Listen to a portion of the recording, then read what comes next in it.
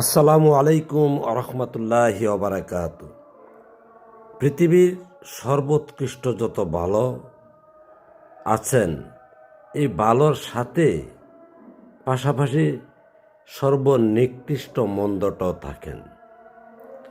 এই যে দরজাটা দেখতেছেন, এই দরজাটাকে যত নিকৃষ্টম তকমা আছেন, নাপাক, অপবিত্র, শয়তানের প্ররোচনা, এমন সমস্ত যত মন্দ তকমা আছে এই জায়গায় দেওয়া।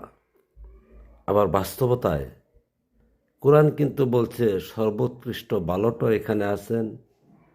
এবং একদম বাস্তবতায় আমরা যা দেখি, পৃথিবীর সমস্ত মানুষই এই দরজাটা দিয়ে পৃথিবীতে আগমন করেছেন।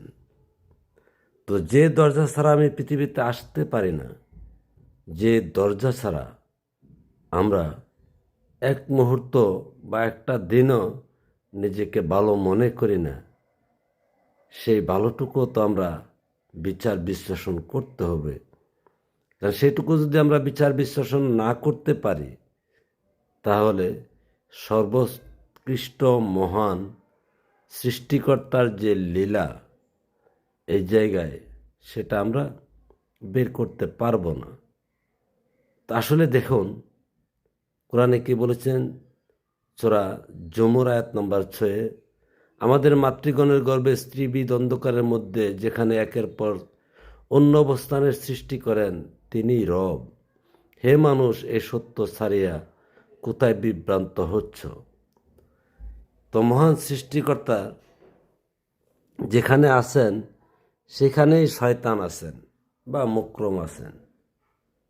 আর সেই মুকরম এই দরজারই পাহারাদার। আর এই মুকরমকে ব্যাত করতে পারলে আল্লাহর নৈকট্য লাভ করতে পারেন।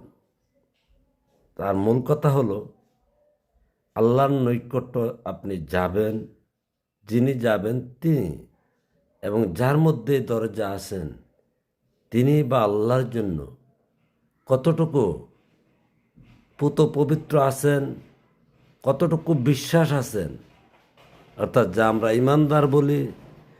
আর শুধু ইমানদার দিয়ে তো এখানে পৌঁছা যায় না, তার জন্য মুমিন হতে হয়।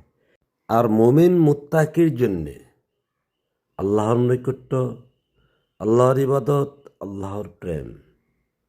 তো আল্লাহর জন্যে আপনি কতটুকু মুমিন মুত্তাকি হয়েছেন, পবিত্রতা অর্জন করেছেন।